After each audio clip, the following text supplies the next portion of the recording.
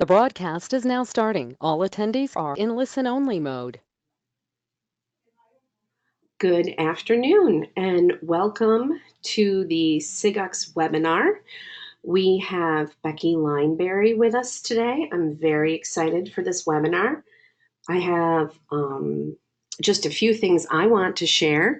My name is Lori Fox. I'm the chair of SIGUCCS, and I have a little bit of housekeeping first. Everyone is muted by default. The session is being recorded. We will share it on YouTube next week, so we can share it with anyone who wants to watch it again. If you have a question for Becky, you can ask it in questions, or if you have a microphone and would like to talk, you can raise your hand to be unmuted. If you all could raise your hand right now, just so I can ensure that you can hear me. Thank you, Kathy. Here come people.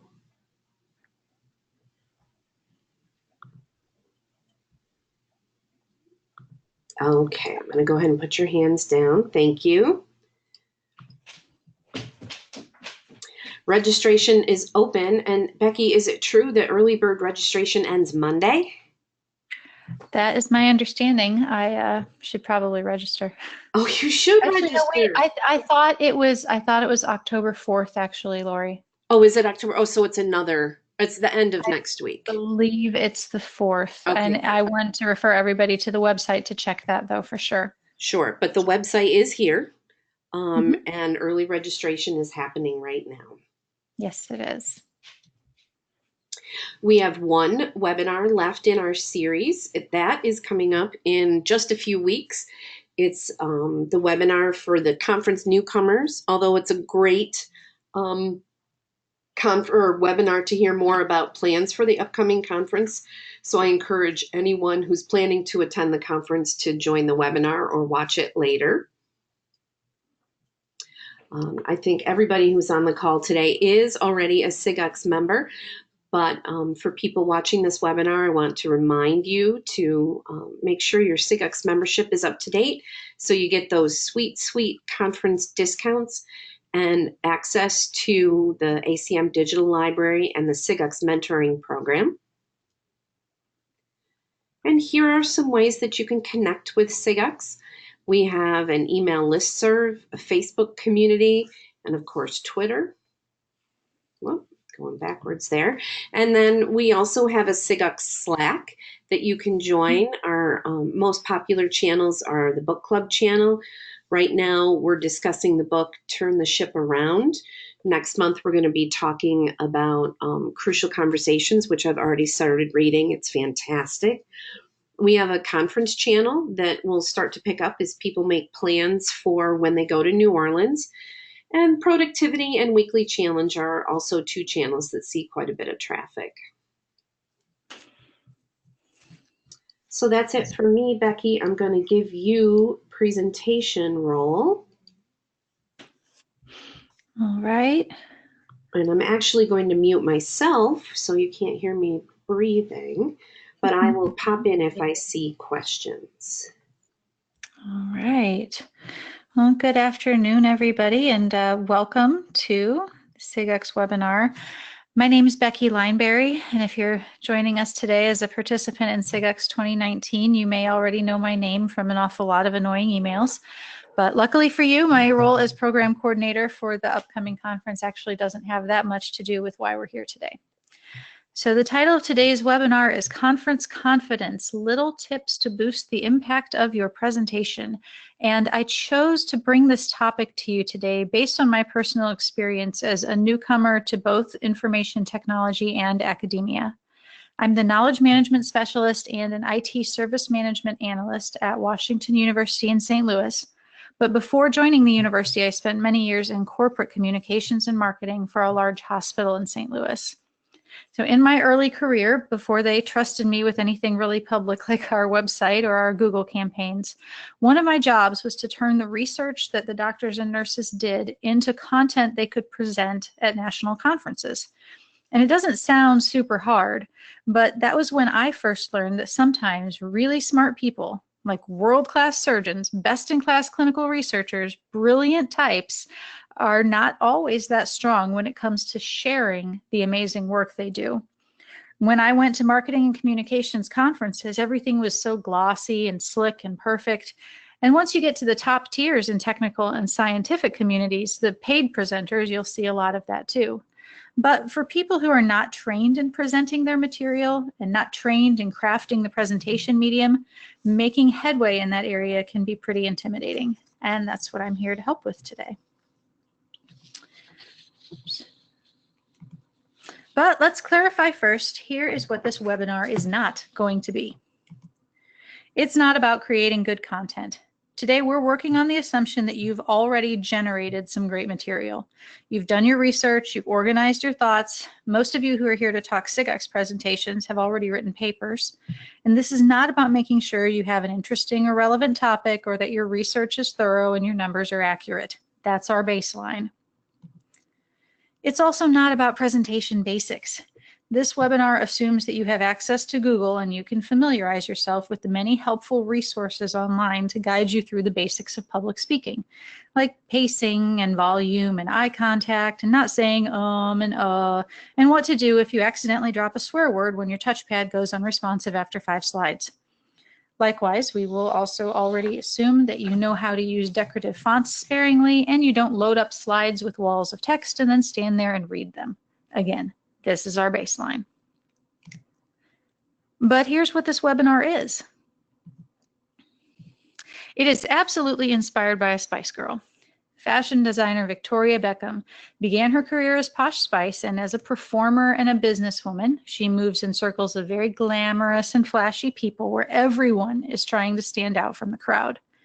She authored a book called That Extra Half an Inch, which is totally about shoes, among other things. And it's about how something as small as an extra ½ inch on her already high heels gives her confidence and presence in a world with so much competition for attention. So we have a saying in the design world that when everything is bold, nothing is. But it doesn't take a Lady Gaga style meat dress to make you confident that everyone's paying attention. And so with this in mind, that it's the little boosts and not the big fireworks, I want this webinar to set you up to stand out. And more importantly, these are all things that you can complete before you ever step up to the microphone. It's not like practicing your delivery where you can nail it in the mirror and oops every 5 seconds when you hit the stage. These tips and concepts are things that you can do and plan out as you create your presentation so you can actually get some sleep the night before the gig. So we need to get the look. Can we be shallow for a minute? We're going to be shallow for a minute. Your presentation is judged on its appearance, and it's up to you to dress it for success. So we suggest saving time and energy and starting with what you have. And I've heard it 1,000 times. I'm not a designer. You're a doctor or a researcher or a technical genius or whatever it is you're awesome at. And you don't need to make space in your brain for design principles and aesthetics. That's okay. Because unless you're really starting from a blank white screen, you don't need design skills to make your presentation polished and professional. So look at what you have. At almost every college or university, they have visual standards already in place, created by the people who do study this stuff and who want nothing more than to have you represent your institution in alignment with the brand that they have already crafted. So it's not that there's anything wrong with using one of the default Office slide deck templates, but it doesn't carry the gravitas of using your school seal and allow you to, for lack of a better term, to piggyback off their good reputation. And on that same line, don't DIY a school logo presentation. It's like carrying the knockoff Gucci bag, as even a good one is going to look a little bit off. Presentation guru Nancy Duarte calls these Franken slides because of their pieced together appearance. So make a friend in your department of public affairs or marketing. Get your official templates and style guides for your institution. Learn what fonts and colors you should use and stick to them. And here's a pro tip. No one's official fonts include papyrus. Boilerplate. Boilerplate text about your school comes in really handy when you're crafting those first few minutes, the who am I and what am I doing here section where you can snag or lose your audience. It's the handshake at the start of the interview. It's that first once over. Boilerplate text is pre-made text that presents a few key facts about something. We use this in marketing and PR a lot. We put a block of text at the bottom of every single press release we send out. So even if it wasn't part of the story, organizations would have the basic facts about our hospital, how many beds we had, where we were located, who was in charge, and so on. Your school's admissions and recruitment materials are probably already full of this. How many students and campuses, how much research funding, and where you rank in various things. Not all of this will always be valuable to every presentation, so use your filter, but it helps you set the stage for the story that you're about to tell. I'm going to be presenting at SIGUCCS in a few weeks about knowledge management, and when I do my introduction, I'm using boilerplate information about my school to explain why we need knowledge management, because we have almost 1,000 IT employees across 4 campuses, who we need knowledge to support in our campus community, which is over 15,000 students and 3,800 faculty, maybe a little information about the diverse types of work we are supporting with our knowledge, like our extensive research programs or our 1,700 bed medical center. I found all of this with one click on my main university website to a page called Who We Are. Whoops, oh goodness, that went right through there. Excuse me just a moment here. I'm not sure what happened. Let's get back to this. All right, so photo assets and subscriptions. This topic sort of builds on the template that you're using to create a cohesive look for your presentation. At WashU, we have a library of photo assets available if you know where to look. And your new friend that I told you to make in marketing or public affairs definitely knows where yours is. I can grab high-resolution images of our campus, our employees, our students in various activities and already fully approved for use. We even have a folder full of images specifically featuring people using technology. If your school doesn't have a photo asset library, or if it doesn't meet your needs, ask about subscriptions that you might be able to share. All the wonderful stock photography in this presentation is from Adobe stock, and it would be prohibitively expensive if I didn't reach out to the folks who develop our training materials and ask if I could use some of the credits in the massive subscription package they already pay for. So whatever direction you go with images in your presentation, be consistent. Be sure that you're creating something that is cohesive end to end for a truly professional look. All of these images are free Prezi icons, and they all come from different collections. They don't belong on the same slide. They don't really even belong in the same slide deck. You look at your whole presentation as one outfit and make sure the entire thing represents both you and your organization in a positive and professional light. Consistency is important for things like icons, but not so much to humans. I want you to tune your senses for a minute to diversity and representation, especially if you're using images of people in your presentation. Many folks have a tendency to choose images of people who look a little like us. Same gender, same race, same age group. And if we're not careful, unconscious bias can show itself in our presentation material. This, again, is where it's important to review your presentation as a whole, not as individual slides, and see what kind of story your people images are telling. Our photo asset library is carefully curated to show diversity in group scenes and many individual photos representing people of various cultures, ages, races, abilities, and genders. Again, someone's already done the heavy lifting for us. So if you struggle with how to ensure representation in design, you're definitely not alone. I collected a lot of images for this Prezi to go with that high heels theme, and I was a little stumped when I realized every person in those photos was a woman. Never mind that I made an effort toward representing different races and ages. Women are actually not the only people who might prefer high heels for a confidence boost. But I couldn't find a lot of photos of men in heels that weren't campy or otherwise they didn't fit the vibe that I was looking for. So what did I do? I cut out all of the photos of humans unless they're of a specific person I'm talking about, these examples of white men in IT, and instead I looked for photos of objects to represent concepts. The high heel and the measuring tape on the first slide, the pink flamingo among the white birds, the crowded closet. Images elevate your presentation and they connect you with your audience. So you have to choose them with care and curate them as an entire outfit to understand the full picture of what you're conveying. And don't forget to beware of the Frankenslide.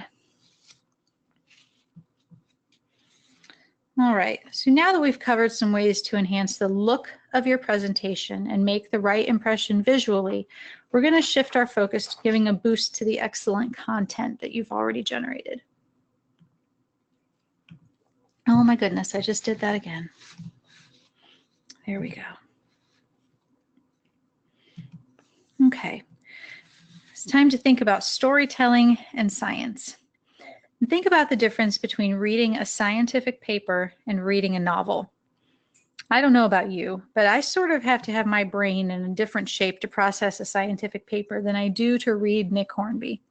And professional presentation requires you to merge science and storytelling, the what you did with the why you did it and the how. And science doesn't just have to mean data and technobabble, although it definitely does mean data and technobabble. But this is any of the dry stuff. A good presentation has solid information. A great presentation tells a compelling story about that information. And you create a narrative thread to connect the parts of the story and to connect you to the audience.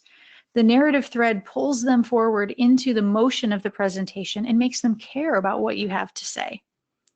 So why does this really matter? Because aren't we just presenting projects and results? Even at this young age, my daughters have very specific preferences in books, in shows, in games, and all the things that hold their attention and make them care enough to dedicate some time to it. They do not care about first day of kindergarten pictures. I wanted pretty smiles and they were just over it. Too much drama for the big day, and they just didn't see any value in sitting still and grinning for mom. A presentation that is too much story and not enough science can leave audiences wondering what exactly you even did. And conversely, too much science and not enough story can feel dry and tedious.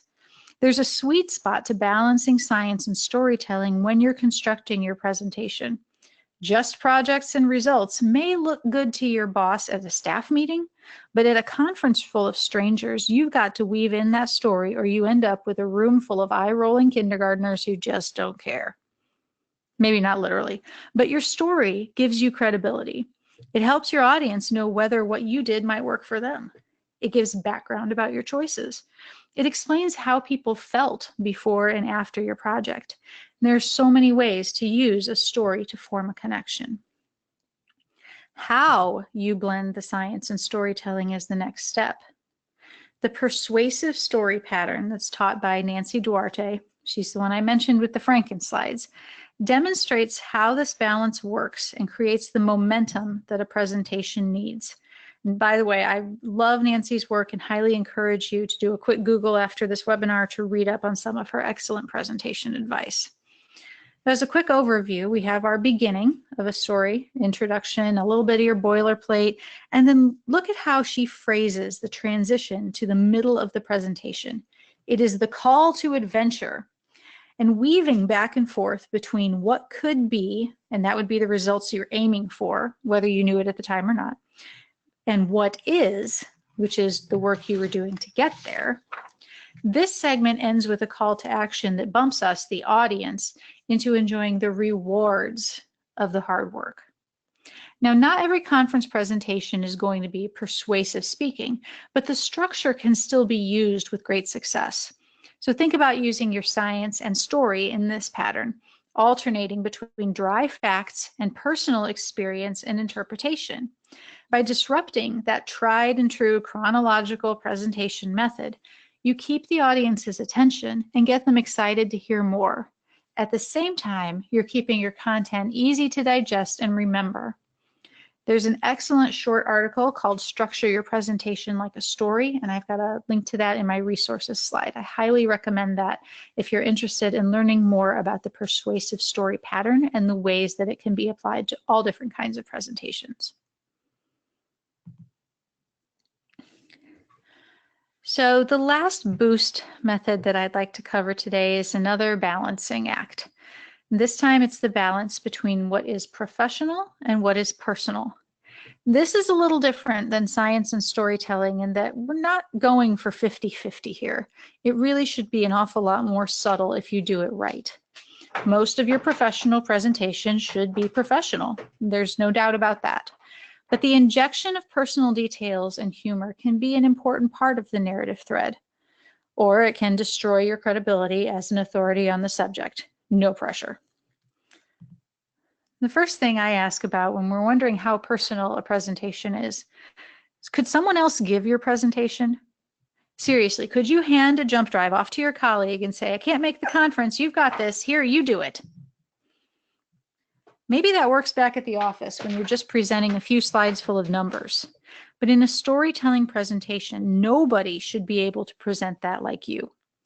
From my writing background, I like to think of this as an objective editorial. Being objective means you remove yourself just enough from the situation to create a fair, unbiased assessment that tells a complete story. But editorializing is when your personal opinions and ideas really shine through.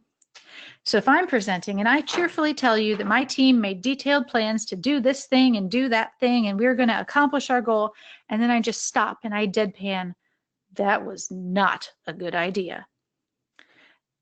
The humorous delivery, the insertion of opinion, those disrupt the details of the action plan and connect my audience to the story that I'm weaving. It's still totally professional, but it's a personal assessment. It's sharing my feelings and has an appropriate place in the narrative. Personal details about you yourself are a little bit of a tricky subject, just like humor.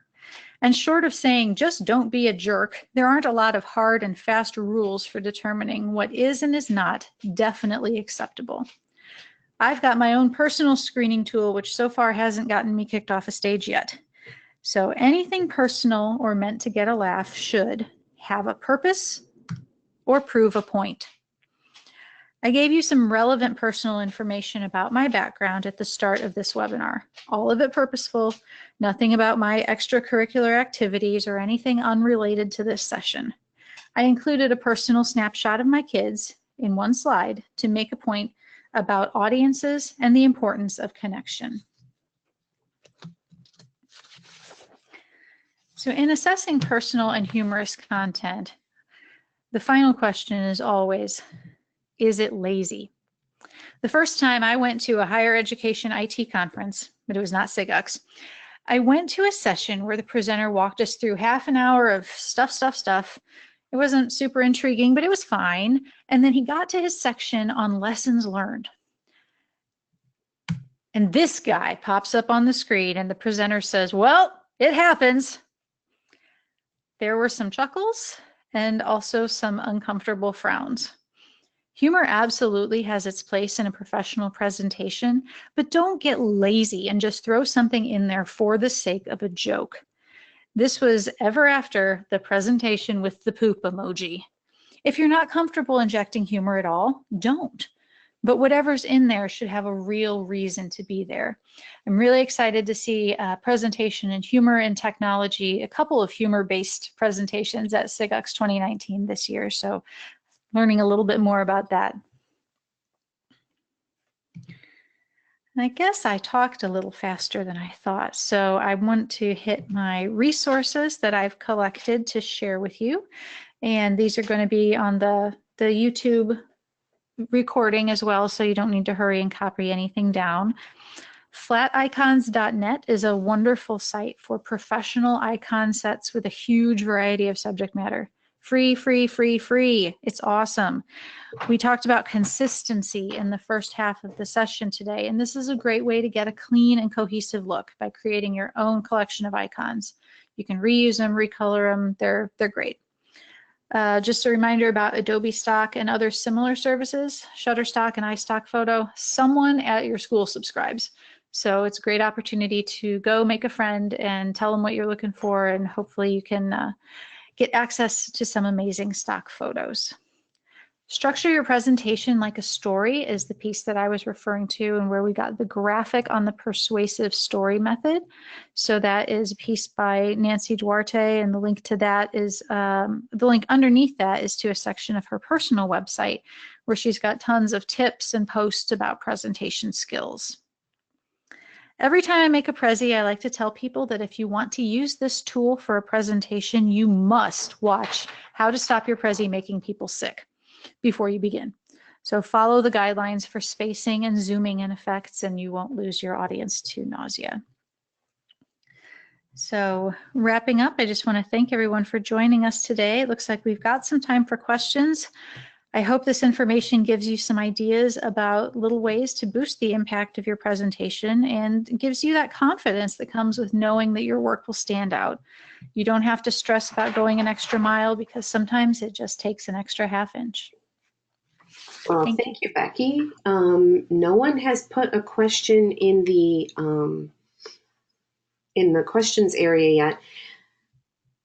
Oh, and Caitlin says, thank you for the tip. I went to our website and our PowerPoint template is available. Yay. I have a question for you. Why do you choose Prezi over PowerPoint or like Google Slides? I've never used Google Slides. I like Prezi because it encourages me to stay out of some bad PowerPoint habits. Bad PowerPoint habits like loading up your slides with too much text, or relying too much on animations and things to make a point. Prezi is actually really limited in what you can animate. Things can appear. You can't even make them disappear. You have to scroll away from them. Really? And so all of your motion is really limited in that slide to slide thing. It's sort of three-dimensional so it's a great way to show relationships and patterns among things, if that's part of the concept you're speaking about. The trouble with Prezi is that if you are presenting someplace and you don't have it set up as a remote presentation, you may be crippled by lousy Wi-Fi. I'm at home right now on high-speed internet. I knew I was going to have no problems presenting on a Prezi today. If I were presenting, when I'm presenting at SIGUCCS, I will be presenting from a traditional PowerPoint deck. I think Prezi they have something in place for downloading for offline presentation, but it's not something that I'm experienced enough with yet to trust my whole gig to it. So it's really situational. Sure. Any other questions or comments?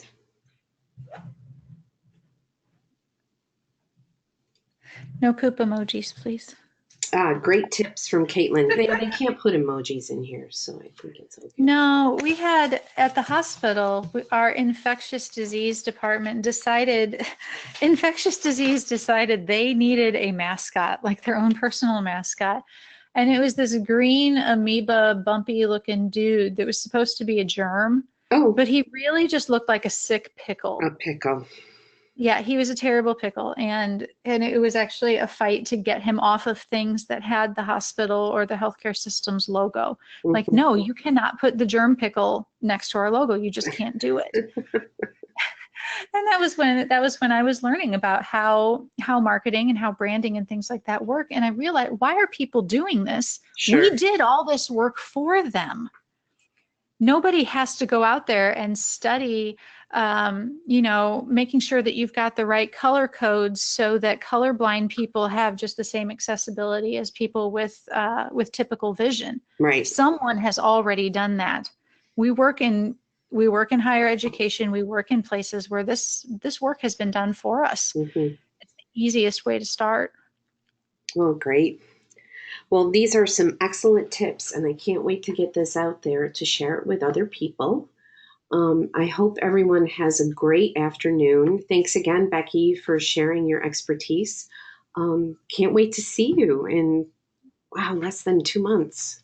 Oh, gosh. Then now I have to go write another presentation. Yes, me too. Okay.